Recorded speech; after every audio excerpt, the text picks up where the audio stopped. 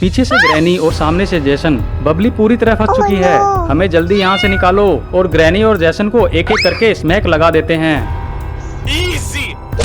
बंटी बबली की स्कूल की छुट्टियां हैं और नानी का घर पास होने की वजह से वह अपनी साइकिल से ही नानी के घर जा रहे हैं। बंटी बबली की मम्मी बोलती है, बबली बेटा ध्यान से जाना, और हाँ रास्ते में बिल्लू का ध्यान रखना, कहीं भूख लगे तो उसे कुछ खिला देना, ठीक है। बबली बोलती है, ठीक है मम्मी, मैं उसे कुछ भी भूख लगेगी खिला दूंगी, आप बिल्कुल चिंता ना करें, बाय मम्मी।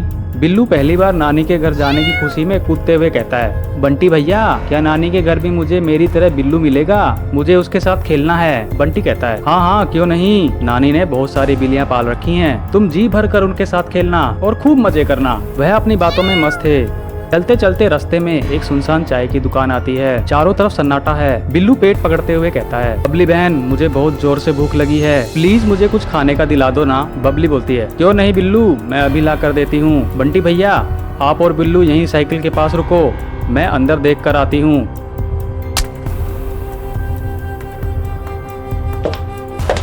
बबली दुकान के अंदर जाकर, अरे कोई इस दुकान पर है या नहीं। चारों तरफ सन्नाटा देखकर बबली हिम्मत करती है और दुकान के अंदर लगे पुराने दरवाजे को खोलती है। दरवाजे के दूसरी तरफ एक भूतिया घर होता है। बबली सोचते हुए कहती है, लगता है सब घर के अंदर हैं, चलो अंदर ही देख लेती हूँ। काफी देर ढूंढने के बाद बबली, लगता है इस घर में कोई नहीं है, मुझे वापस जाना चाहिए, ये घर कुछ सही नहीं लग रहा। बबली जैसे ही मुड़ती है रास्ता भूतिया जादू से बदल जाता है और वह भटक कर ऊपर वाले फ्लोर पर चली जाती है। वह देखती है सामने एक बूढ़ी औरत बिना हिले डुले दीवार की तरफ मुंह किए हुए है। बबली कहती है, अरे बूढ़ी अम्मा, मेरे बिल्लू को बहुत भूख लगी है, कोई बिस्कुट या खाने का कुछ मिलेगा क्या। अचानक वो बूढ़ी औरत बबली की तरफ घूमती है, उसके हाथ में एक डंडा भी था। बबली डर के मारे चिल्लाती है, मम्मी बचाओ। बबली को कुछ समझ नहीं आता और वह भागकर दूसरे कमरे के दरवाजे को खोलती है। सामने दरवाजे पर जैसन मिलता है, पीछे से ग्रैनी और सामने से जैसन। बबली पूरी तरह फंस चुकी है। वहीं बाहर खड़े बिल्लू को अचानक से खतरे का एहसास होता है। बिल्लू घबराते हुए, बंटी मुझे लगता है बबली बहन किसी मुसीबत में फंस गई है, हमें अंदर चलना चाहिए।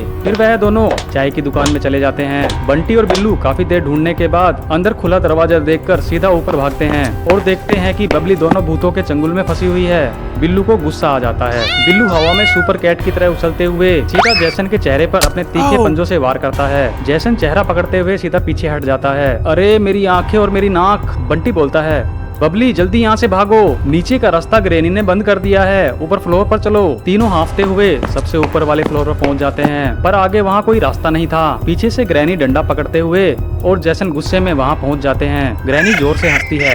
बबली कहती है, बंटी भैया अब क्या होगा, हम तो बुरी तरह फंस गए। बंटी कहता है, डरो मत बबली। बंटी तेजी से अपनी जादुई घड़ी का बटन दबाता है। मैं सिक्के वाले बाबा को इमरजेंसी अलार्म भेज रहा हूँ। दूर अपनी कुटिया में ध्यान में बैठे सिक्के वाले बाबा का अलार्म बजता है। बाबा के नींद खुलती है। बाबा जग जाते हैं और कहते हैं, लगता है मेरे बच्चे मुसीबत में हैं, मुझे तुरंत जाना चाहिए। फिर क्या, बाबा तुरंत अपनी जीप में बैठते हैं और धूम मचाते स्टाइल में गाड़ी भगाते हुए वहां पहुंच जाते हैं। ऊपर वाले फ्लोर पर जैसन और ग्रैनी जैसे ही उन्हें पकड़ने लगते हैं, एक तेज रोशनी होती है और बाबा उनके सामने खड़े हो जाते हैं। बिल्लू खुशी से झूम उठता है, अच्छा हुआ बाबा आप आ गए, हमें बचाओ, हम तो बस यहाँ खाना लेने आए थे। बाबा गुस्से में ग्रैनी और जैसन को देखकर, तुम दोनों की इतनी हिम्मत कि मेरे बच्चों को डराओ। लेकिन ग्रैनी गुस्से में बाबा पर अपने डंडे का वार करती है। लेकिन हमारे बाबा भी कहाँ कम थे, वह अपना जादुई चिमटा घुमाते हुए, ये ले बेटा चिमटा अटैक। बाबा का चिमटा सीधा ग्रैनी के मुंह पर लगता है। ग्रैनी अपना मुंह पकड़ते हुए, ओह मोरी मैया, मेरे बचे कुचे दांत ही हिल गए।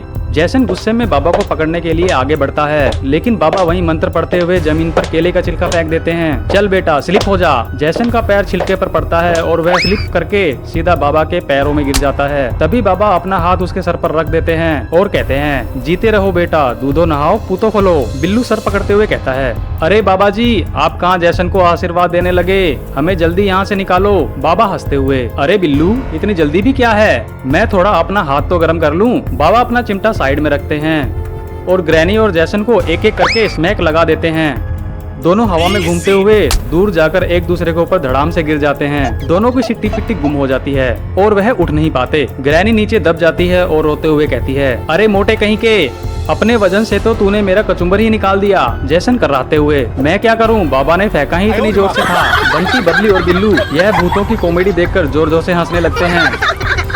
बाबा मुस्कुराते हुए कहते हैं, चलो बच्चों, मैंने तो इन भूतों का भूत ही उतार दिया, चलो मैं अब तुम्हें नानी के घर छोड़ता हूँ। फिर क्या, बाबा अपनी जीप से पीछे पीछे और बंटी, बबली और बिल्लू अपनी साइकिल से आगे आगे खुशी खुशी नानी के घर पहुंच जाते हैं, जहां पहुंचकर बिल्लू को मिलती हैं ढेर सारी बिल्लियां और खाने को मिलता है ढेर सारा स्वादिष्ट खाना।